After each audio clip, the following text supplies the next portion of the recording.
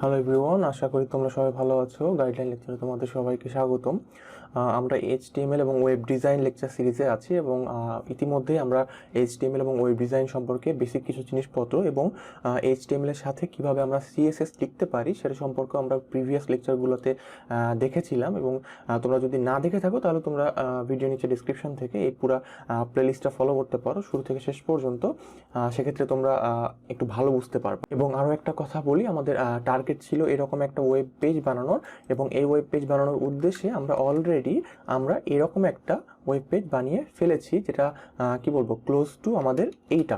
ঠিক আছে, তো আমাদের এখন যেটা টার্গেট সেটা হচ্ছে আমরা এই ওয়েব পেজের মধ্যে দেখো এখানে একটা টেক্সট ছিল যেটাতে ক্লিক করলে আমরা একটা ওয়েব পেজে চলে যাই। এই জিনিসটা আমরা একটু দেখব। এবং আমাদের এখানে একটা দেখো আমরা একটা বাটন ক্রিয়েট করেছি, তাহলে আমরা কিভাবে একটা ওয়েব পেজে বাটন ব্যবহার করতে পারি সেটাও আমরা একটু দেখার চেষ্টা করব। ঠিক আছে, তো চলো কথা না বাড়িয়ে শুরু করা যাক।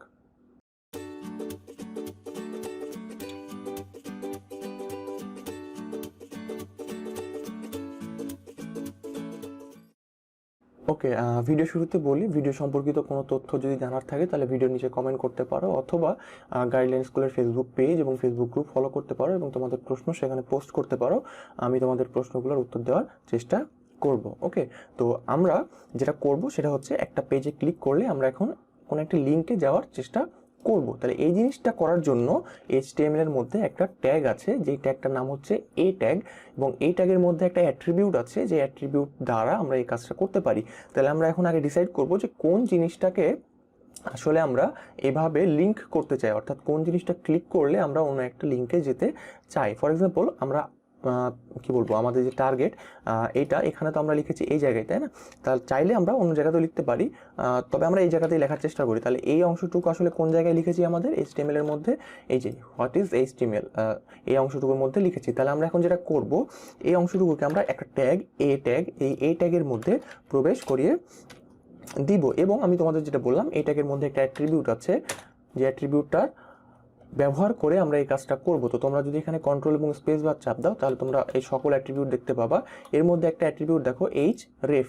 এই href অ্যাট্রিবিউটটা প্রকৃতপক্ষে অন্য একটা লিঙ্ককে রেফারেন্স করে। ঠিক আছে, তো আমরা যদি এই href এর মধ্যে কোনো একটা রেফারেন্স লিঙ্ক রেখে দেই তাহলে সেক্ষেত্রে আমরা কি করতে পারবো, এই লেখাটা ক্লিক করে সেই জায়গায় যেতে পারবো। তাহলে আমরা যদি এটা একটু চেক করি, আমাদের এই লিঙ্কটা এরকম, তাই না? তাহলে আমি এই লিঙ্কটাকে পুরোটা যদি কপি করে এসে আমি এখানে যদি href এর মধ্যে পেস্ট করে দেই, তাহলে দেখো আমরা এখন এটাকে সেভ দিলাম, এটাকে আমরা রিলোড দিলাম, তাহলে দেখো অটোমেটিক এই হোয়াট ইজ HTML লেখাটার নিচে একটা আন্ডারলাইন চলে আসছে। অর্থাৎ এই আন্ডারলাইন দিয়ে বোঝানো হচ্ছে যে এটা অ্যাকচুয়ালি একটা কি লিঙ্ক, এবং এই লিঙ্কটা আসলে কোন জায়গায় নিয়ে যাবে সেটা যদি খেয়াল করো তোমরা, ব্রাউজারের নিচে একদম এই যে কালো করে লেখা আছে, আমি হোভার করলে হয়তো বা দেখতে পাচ্ছ, এই যে en.wikipedia, এই জায়গায় অ্যাকচুয়ালি যাবে।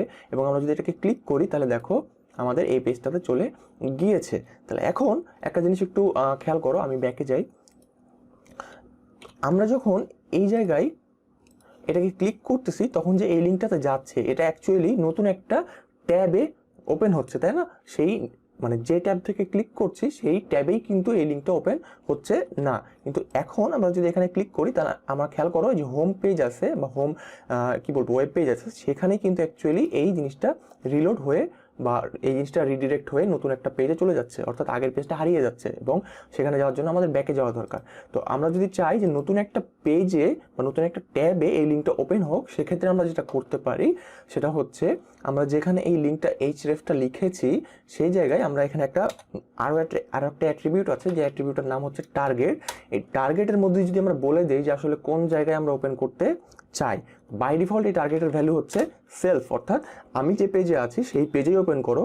বাট তুমি যদি চাও নতুন একটা পেজে ওপেন করতে তাহলে এখানে লিখতে হবে তোমাকে ব্ল্যাঙ্ক। তোমরা যদি একটা নতুন ব্ল্যাঙ্ক ট্যাবে এই লিঙ্কটাকে ওপেন করতে চাও তাহলে এই টার্গেটের মধ্যে _ব্ল্যাঙ্ক যদি লিখে দাও, এটাকে যদি সেভ করো এবং আমরা যদি রিলোড করে এখন ক্লিক করি তাহলে দেখো এই লিঙ্কটা নতুন একটা পেজে গিয়ে ওপেন হয়েছে। তাহলে এখন সহজে আমরা যে কোনো টেক্সটকে কি করতে পারি, আমরা একটা লিঙ্কে পরিণত করতে পারি, অর্থাৎ ওই টেক্সটকে ক্লিক করলে আমরা অন্য একটা লিঙ্কে যেতে পারি।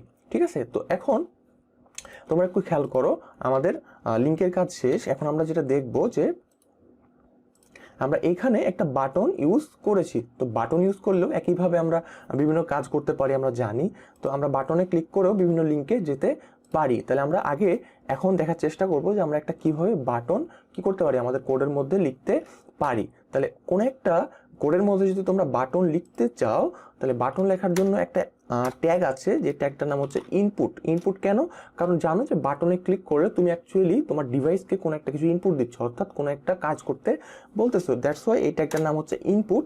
এবং এই ইনপুট ট্যাগের বিশেষ অ্যাট্রিবিউট আছে, তার মধ্যে একটা অ্যাট্রিবিউট হচ্ছে সাবমিট, বা একটা অ্যাট্রিবিউটের নাম হচ্ছে টাইপ, যেখানে বাটনের জন্য ভ্যালু হচ্ছে সাবমিট। অর্থাৎ তুমি একটা ইনপুট কি বলবো জিনিসকে যদি বাটন টাইপের বানাতে চাও, সেক্ষেত্রে তোমরা এখানে টাইপের মধ্যে লিখবা সাবমিট। এবং আর একটা অ্যাট্রিবিউট আছে, যে অ্যাট্রিবিউটটার নাম হচ্ছে ভ্যালু, অর্থাৎ ওই বাটনটার নাম তুমি কি দিতে চাচ্ছ। তুমি ধরো দিলা গো টু গুগল। তাহলে আমরা এখন যদি এটাকে সেভ করি এবং আমরা যদি রিলোড দেই, তাহলে দেখো এখানে একটা বাটন তৈরি হয়ে গেছে গো টু গুগল নামে।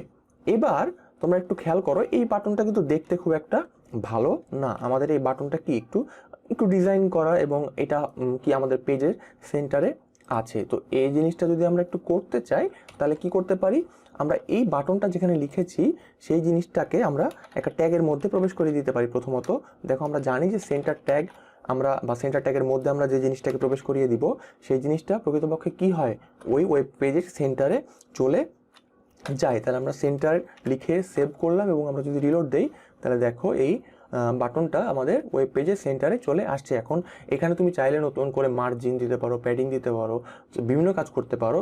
তো আমরা যেটা করব সেটা হচ্ছে আমাদের এই বাটনটাকে ডিজাইন করব প্রথমত, রাইট। তাহলে আমরা এই বাটনের ডিজাইনটা যদি এইরকম করতে চাই, তাহলে এখানে কি করা আছে দেখো, এখানে একটা টেক্সট আছে, যে টেক্সটটা দেখতে একটু অন্যরকম। তার মানে আমরা আমাদের যে টেক্সটটা লিখেছি তার কি বলবো চেহারাটা পরিবর্তন করব। তাহলে এখানে গো টু গুগল লেখাটাকে যদি পরিবর্তন করতে চাই, তাহলে আমাদের একটা কি আছে প্রপার্টি, আমরা জানি যে আছে ফেস নামে, সেই প্রপার্টিটা আমরা ইউজ করতে পারি। ফন্ট ফেস নামে একটা প্রপার্টি আছে। তো সেই প্রপার্টিটা হচ্ছে HTML এর প্রপার্টি। তো আমরা এখন যেহেতু CSS জেনে গিয়েছি, তো সহজেই আমরা কিন্তু CSS ব্যবহার করে এই প্রপার্টিগুলোও কি করতে পারবো, চেঞ্জ করতে পারবো। তাহলে CSS ব্যবহারের জন্য আমরা জানি স্টাইল নামে একটা অ্যাট্রিবিউট আছে, সেই অ্যাট্রিবিউটটা লিখলাম। লেখার পরে এর ভেতরে যদি তুমি লেখো ফন্ট এরপর একটা হাইফেন দিয়ে আমরা লিখবো ফ্যামিলি। দেখো ফন্ট ফ্যামিলি, সেখানে ছিল ফেস অ্যাট্রিবিউটটা হচ্ছে HTML এর অ্যাট্রিবিউট, আর ফন্ট ফ্যামিলি অ্যাট্রিবিউটটা হচ্ছে আমাদের CSS এর অ্যাট্রিবিউট। তাহলে এই ফন্ট ফ্যামিলি আমরা যদি এখন লিখি, লেখার পরে একটা সিঙ্গেল কোড দিব, ঠিক আছে। সিঙ্গেল কোড দেওয়ার পরে আমরা কোন ফন্ট ফ্যামিলিটা ইউজ করতে চাচ্ছি। ফর এক্সাম্পল আমরা ওভারঅল এই কি বলবো ওয়েব পেজে এরিয়াল ফন্টটা ইউজ করেছি। আমরা চাইলে কাস্টম ফন্টও ইউজ করতে পারি। বিভিন্ন ধরনের ফন্ট আমরা ব্যবহার করতে পারি, যেগুলো তোমার সিস্টেমে নেই, সেই ফন্টগুলো ব্যবহার করতে পারি। তো কিভাবে আমরা কাস্টম ফন্ট ব্যবহার করতে পারি সেটা আমরা নেক্সট লেকচারে দেখার চেষ্টা করব। ওকে, তাহলে এইখানে আমরা লিখলাম ফন্ট ফ্যামিলি এরিয়াল, এটাকে আমরা সেভ দিয়ে এখন যদি আমরা এটাকে রিলোড দিই, তাহলে তোমরা একটু খেয়াল করবা এই গো টু গুগল লেখাটার স্টাইলটা পরিবর্তন হচ্ছে কিনা। দেখো সরি, এটা পরিবর্তন হচ্ছে না কেন, আমরা একটু এখানে একটা দেখো, আমরা এখানে একটা সিঙ্গেল কোড দিয়েছি, বাট সিঙ্গেল কোডটা কি হয় নাই, শেষ হয় নাই। তাহলে আর একটা সিঙ্গেল কোড দিয়ে সেভ দিলাম, এবার পরিবর্তন হওয়া উচিত। আচ্ছা, আমরা একটা কাজ করি, আমরা এরিয়ালটাকে আমরা পরিবর্তন করে একটু অন্য নাম দেওয়ার চেষ্টা করি। ভারদানা নামে আরও একটা ফন্ট আছে আমরা জানি, সেটা দিয়ে আমরা যদি সেভ দিয়ে আমরা রিলোড দিই, হ্যাঁ, তাহলে দেখো আমরা দেখতে পাচ্ছি যে ফন্টের স্টাইলটা একটু চেঞ্জ হয়েছে। তার মানে বাই ডিফল্টই অ্যাকচুয়ালি সেই ফন্টের স্টাইল এরিয়াল থাকে, দ্যাটস ওয়াই সেটা আসলে পরিবর্তন হচ্ছে না, কারণ সেটা তো আগে থেকে এরিয়াল ছিল। তো এইভাবে আমরা ভারদানা ফন্টটা আমরা ইউজ করলাম এই লেখাটার মধ্যে, ঠিক আছে। এরপরে আমরা যদি দেখি আরও একটা অ্যাট্রিবিউট আছে এই স্টাইলের মধ্যে আমরা লিখতে পারবো, সেটা হচ্ছে ফন্ট ওয়েট। অর্থাৎ এই ফন্টটা দেখো অনেক হালকা, আমরা যদি একটু খেয়াল করি এখানে ফন্টটা একটু গাঢ়ভাবে দেখাচ্ছে। তাহলে আমরা যদি এখানে এই ফন্টটাকে গাঢ় করতে চাই, তাহলে ফন্ট ওয়েট নামে একটা প্রপার্টি আছে, দেখো ফন্ট ওয়েট, এবং এখানে আমরা বিভিন্ন ভ্যালু বসাতে পারবো 100 থেকে শুরু করে 900 পর্যন্ত। তো আমরা যদি এখানে 600 বসাই ভ্যালুটা, এবং আমরা যদি একটা সেমিকোলন দিয়ে সেভ দিয়ে আমরা একটা রান দিই, দেখো এখানে এই ফন্টটা গাঢ় হয়ে গেছে, অর্থাৎ একটু বোল্ড হয়ে গিয়েছে। তাহলে কতটুকু গাঢ় তুমি করতে চাও সেই জিনিসটা কিন্তু তুমি এখানে ফন্ট ওয়েট দিয়ে করতে পারো। তোমরা জানো যে আমরা এমনিতেই ফন্টকে যদি বোল্ড করতে চাই, তাহলে বি নামে একটা ট্যাগ আছে, সেই ট্যাগটা দিয়ে বোল্ড করতে পারি। কিন্তু সেক্ষেত্রে তোমাদের কোনো কি থাকে না, অ্যাক্সেস থাকে না যে কতটুকু আসলে তুমি গাঢ় দেখাতে চাও। বাট এইখানে 100 থেকে শুরু করে যেহেতু 900 পর্যন্ত তুমি ভ্যালু ইনসার্ট করতে পারবা, সেক্ষেত্রে এখানে তোমার কাস্টমাইজ কাস্টমাইজ করার উপায়টা অনেক বেশি, তাই না? তাহলে এখানে আমরা ফন্ট ওয়েট দিয়ে আমাদের এই কি বলবো বাটনটাকে আমরা একটু বাটনের যে টেক্সটটা সেটাকে একটু গাঢ় করে ফেললাম। এরপরে আমরা একটু যদি খেয়াল করি তাহলে দেখো এই বাটনের চারপাশে একটা কি আছে, একটা জায়গা একটু ফাঁকা আছে, তার মানে একটা প্যাডিং দেওয়া আছে। তাহলে এই প্যাডিংটা আমরা কিভাবে দিতে পারবো? আমরা জানি যে সিএসএস এর মধ্যে প্যাডিং নামে একটা কি আছে, কি বলবো এটাকে, অ্যাট্রিবিউট আছে, যেটার মধ্যে আমরা যদি ধরো ফর এক্সাম্পল 10px লিখে দেই, সেভ দিলাম এবং আমরা রিলোড দিলাম, দেখো একটা প্যাডিং তৈরি হয়ে গিয়েছে। তো এখন তোমরা হয়তো একটা জিনিস মাথার মধ্যে হয়তো আসতে পারে যে প্যাডিং যদি 10px দেই তাহলে তো অ্যাকচুয়ালি প্যাডিংটা আমার চারিদিকেই 10px হবে, তাই না? লেখাটার বাম দিকে, উপর দিকে, ডান দিকে এবং নিচের দিকে চারিদিকেই প্যাডিংটা 10px হবে। তো তুমি চাচ্ছ মনে করো উপরে নিচে 10 করে দিতে এবং বামে ডানে 50 করে দিতে। সেক্ষেত্রে কি করবা? সেক্ষেত্রে ডিরেক্ট প্যাডিং না লিখে তোমরা যদি এখানে প্যাডিং এর পরে একটা হাইফেন দিয়ে টপ লেখো তাহলে দেখবা প্যাডিং টপ নামে একটা প্রপার্টি আছে, সেখানে তোমরা যদি লিখে দাও ফর এক্সাম্পল 10px, এরপরে সেমিকলন দিলাম, আরও দেখো প্যাডিং বটম নামে একটা প্রপার্টি আছে বা বৈশিষ্ট্য আছে, যেখানে আমরা লিখলাম 10px এবং আরও আছে প্যাডিং লেফট 50px এবং প্যাডিং রাইট 50px। এবার এটাকে সেভ দিয়ে আমরা কি করলাম? রিলোড দিলাম। তাহলে দেখো উপরে নিচে 10px বাট লেফট এবং রাইটে 50 পিক্সেল করে আমাদের প্যাডিং চলে আসছে। তাহলে এভাবেই তুমি চাইলে কাস্টম প্যাডিংও দিতে পারো। এখন মনে হতে পারে যে 4টা প্যাডিং দেওয়ার জন্য এত কিছু লেখা লাগবে, তো এই জিনিসটাকে আরও সহজে লেখা যায়। তাহলে আমরা যদি একটু এই অংশটুকুকে পুরোটা কেটে দেই প্যাডিংটাকে, এবার আমরা যদি শুধু প্যাডিং লিখি, এই প্যাডিং লেখার পর আমরা এই প্যাডিংয়ের মধ্যে একবারে এই 4টা ভ্যালুকে পাস করতে পারি। সেক্ষেত্রে একটু মনে রাখতে হবে যে 4টা ভ্যালু আমরা সিকোয়েন্সিয়ালি পাস করব, সেই ভ্যালুগুলো যতক্রমে টপ হবে, তারপর রাইট, তারপর বটম, তারপর লেফট, অর্থাৎ টপ থেকে শুরু করে ক্লক ওয়াইজ তোমার ভ্যালুগুলো অ্যাসাইন হয়ে যাবে। তাহলে আমরা যেটা করতে চাচ্ছি, ধরো আগে 10 ছিল, সেটাকে আমরা 20 বানাই যাতে একটু পার্থক্যটা আমরা বুঝতে পারি, ঠিক আছে? তাহলে আমরা টপে দিতে চাচ্ছি 20px, এই জন্য লিখলাম 20px, এরপর স্পেস দিব, অন্য কোনো সেপারেটর কমা বা সেমিকলন লাগবে না, শুধু একটা স্পেস 20px। রাইটে এরপরে কি দিব?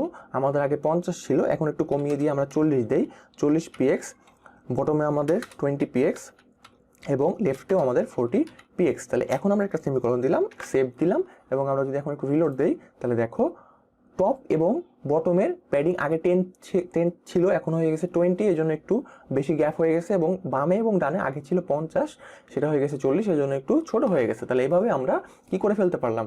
আমাদের একটা অ্যাট্রিবিউট লিখেই তার মধ্যে 4টা ভ্যালু পাস করে দিতে পারলাম। তাহলে এখন এটাকে আমরা যদি হুবহু এরকম বানাতে চাই তাহলে আমরা কি করব? আমরা একটু এটাকে চেঞ্জ করে দিই ভ্যালুগুলো, আমাদের টপে দিই 10, লেফটে দিই 20, বটমে 10 এবং রাইটেও দিই 20, রাইট? হ্যাঁ 20। তাহলে এখন এই ভ্যালুগুলো কী দিবা সেটা পুরোটাই তোমার উপর ডিপেন্ডেন্ট, মানে তুমি যেটা দিতে চাও সেটা দিবা, কোনো সমস্যা নাই, তোমার যেটা বেটার মনে হয়। সেভ দিলাম, আমরা রিলোড দিলাম, দেখো এখন এই বাটনটা সাইজ অনেকটা এরকম, বাট একটা জিনিসের পার্থক্য আছে, বাটনের কালার এবং বাটনের যে একটা বর্ডার আছে এবং বর্ডারটার একটা কি বলবো একটা কার্ভ আছে, তাই না? এই জিনিসটা যদি আমরা করতে চাই তাহলে কিভাবে করব? আচ্ছা, বাটনের আমাদের যে বর্ডারটা, সেই বর্ডারটা আমরা মনে করো পরিবর্তন করতে চাচ্ছি। তাহলে দেখো এখানে বর্ডার উইথ নামে একটা প্রপার্টি আছে। তাহলে বর্ডার উইথের মধ্যে আমরা যদি 2px দেই, এটাকে সেভ দেই এবং এটাকে রিলোড দেই, তাহলে দেখো বর্ডারটা একটু মোটা হয়ে গিয়েছে, তাই না? এবং আমাদের আরও একটা প্রপার্টি আছে, আমরা যদি একটু খেয়াল করি, বর্ডার রেডিয়াস। বর্ডার রেডিয়াসের মধ্যে তোমরা যদি কোনো একটা ভ্যালু দাও, ফর এক্সাম্পল 10px, তাহলে দেখবা এই বর্ডারটা এখন এই যে দেখো কার্ভ হওয়া শুরু হয়েছে। তাহলে এর ভ্যালু যত বেশি দিবা কার্ভটাও তত বেশি হবে। ফর এক্সাম্পল এখানে আমরা যদি 100 দিই, সেভ দিই এবং আমরা যদি রিলোড দিই, দেখো এটা এখন কি হয়ে গেছে? ফুললি কার্ভড হয়ে গিয়েছে এবং এই বাটনটা এখন দেখতে হুবহু এই বাটনের মতো, যদিও আমাদের এই বর্ডারের কালারটা একটু ডার্ক দেখাচ্ছে, তাই না? তাহলে আমরা এখন চাইলে বর্ডারের কালারটাও চেঞ্জ করতে পারবো। কিভাবে? আমরা এরপর এগিয়ে লিখব বর্ডার কালার। দেখো বর্ডার কালার নামে একটা প্রপার্টি আছে, সেখানে গিয়ে আমরা জানি যে RGB এই মেথডটা ব্যবহার করে অথবা হ্যাশট্যাগ দিয়ে একটা কালার কোড লিখতে পারি। তাহলে আমরা এখানে বর্ডারের যে কালারটা, সেই কালারটা ধরো ফর এক্সাম্পল C1 এটা একটা কালার কোড, সেই কালারটা দিলাম, দেওয়ার পরে সেভ দিলাম এবং এটাকে যদি আমরা একটা রিলোড দেই তাহলে এখন দেখো বর্ডারের কালারটা একটু হালকা হয়ে গেছে, স্লাইটলি একদম হালকা হয়ে গেছে, ঠিক আছে? তাহলে এই বাটনটা এখন দেখতে অনেকটা এই বাটনের মতো দেখাচ্ছে এবং তুমি যদি চাও বাটনের ভেতরের কালারটা চেঞ্জ করবে, সেক্ষেত্রেও কালারটা চেঞ্জ করতে পারো, কোনো সমস্যা নেই। এখানে তোমার ব্যাকগ্রাউন্ড কালার নামে একটা প্রপার্টি আছে, যার মধ্যে ফর এক্সাম্পল ধরো আমরা যদি হোয়াইট দিতে চাই, তাহলে হোয়াইটের কালার কোড হচ্ছে 6টা F। ঠিক আছে, 6টা F দিয়ে আমি সেভ দিলাম এবং সেভ দিয়ে আমরা রিলোড দিলাম। তাহলে দেখো বাটনের ব্যাকগ্রাউন্ডের যে কালারটা একদম একদম সাদা হয়ে গিয়েছে। ঠিক আছে, তাহলে এখন তোমরা দেখতেই পাচ্ছ যে এই বাটনটা অলমোস্ট আমাদের এই বাটনের মতো হয়ে গিয়েছে। ওকে, এখন পার্থক্য একটা আছে, তোমাদের বলে রাখি, এই বাটনের ভেতরের যে টেক্সটটা, সেই টেক্সটটা হচ্ছে কাস্টম টেক্সট। একদম আমরা কাস্টমাইজড একটা টেক্সট ব্যবহার করেছি, যেটা কিভাবে করতে হয় আমি তোমাদের বললাম যে নেক্সট লেকচারে সেটা আমি দেখার চেষ্টা করব।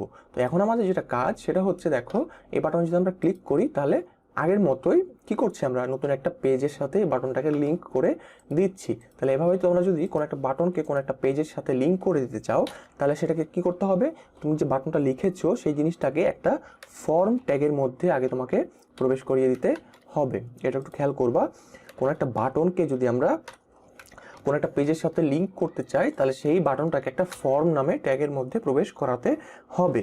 এরপরে আমরা যেটা করব সেটা হচ্ছে, এর মধ্যে একটা মেথড আছে অ্যাকশন। ঠিক আছে, অ্যাকশন নামে একটা মেথড, অর্থাৎ এই বাটনটা যদি প্রেস করো তাহলে কি অ্যাকশন সে করবে। তাহলে আমরা চাচ্ছি যে এই বাটনটা যেহেতু গো টু গুগল লেখা আছে, তাহলে যাতে সেটা গুগল পেজে গিয়ে ল্যান্ড করে। তাহলে গুগল পেজে ল্যান্ড করানোর জন্য কি করব, আমরা গুগলের যে কি বলবো লিঙ্ক, সেই লিঙ্কটা আমরা লিখে দেবো এখানে, https://www.google.com। তাহলে আমরা এটাকে যদি সেভ করি, সেভ করার পরে আমরা এটা রিলোড দিয়ে এই বাটনে প্রেস করলাম, দেখো এটা গুগলে গিয়ে ল্যান্ড করেছে, কিন্তু সমস্যা হচ্ছে এই পেজেই ল্যান্ড করতেছে, যেটা আমরা আগে এরকম একটা সমস্যা পেয়েছি। তো এই জিনিসটাকে যদি আমরা নতুন একটা পেজে দিতে চাই, তাহলে আমরা এখানে লিখবো টার্গেট, এরপরে এর ভেতরে লিখবো _blank। এবার এটাকে সেভ দিলাম, এটাকে রিলোড দিলাম এবং এটাকে যদি এখন ক্লিক করি, তাহলে দেখো আমরা দেখতে পাচ্ছি আমাদের এই কি হয়েছে, আমাদের এই বাটনটা ক্লিক করার ফলে যে গুগল ওপেন হয়েছে সেটা কিন্তু একটা নতুন পেজে গিয়ে ওপেন হয়েছে। ঠিক আছে, তাহলে দেখো এভাবে আমরা একটা নতুন বাটন অ্যাড করা শিখলাম, এবং বাটন ক্লিক করলে অন্য কোনো জায়গায় যদি যেতে চাই তাহলে সেটা কিভাবে যাব সেটাও দেখার চেষ্টা করলাম। তো আশা করি মোটামুটি বুঝতে পেরেছো। যদি কোনো রকমের সমস্যা থাকে তাহলে তোমরা আমাকে জানাতে পারো। তো নেক্সট লেকচারে আমরা যেটা দেখার চেষ্টা করব সেটা হচ্ছে, আমরা দেখো এখানে একটা বাম দিকে বাই ডিফল্ট একটা মার্জিন আছে একটু করে, সেই মার্জিনটা আমরা কিভাবে সরাতে পারি সেই জিনিসটা একটু দেখব। প্লাস আমরা তোমাকে বললাম যে এখানে যে আমরা টেক্সটটা ইউজ করেছি এই পেজে, আমরা যে গো টু গুগল লিখেছি সেই জিনিসটা অ্যাকচুয়ালি একটা কাস্টম ফন্ট। সেই ফন্টটা আমরা কিভাবে ইউজ করতে পারি আমাদের ওয়েব পেজে, অর্থাৎ এই লেখাগুলোকে আমরা কিভাবে কাস্টমাইজ, আমাদের ইচ্ছা মতো ডিজাইনের যে ফন্ট আছে বিভিন্ন, সেই ফন্টগুলো কিভাবে আমরা ইউজ করতে পারি সেই জিনিসটা তোমাদেরকে বলার চেষ্টা করব। ঠিক আছে, তো আজকের এই লেকচারে এই পর্যন্তই। পরবর্তী লেকচারে তোমাদের সাথে আবার দেখা হবে। ততক্ষণ পর্যন্ত তোমরা সবাই ভালো থাকবা। ধন্যবাদ সবাইকে।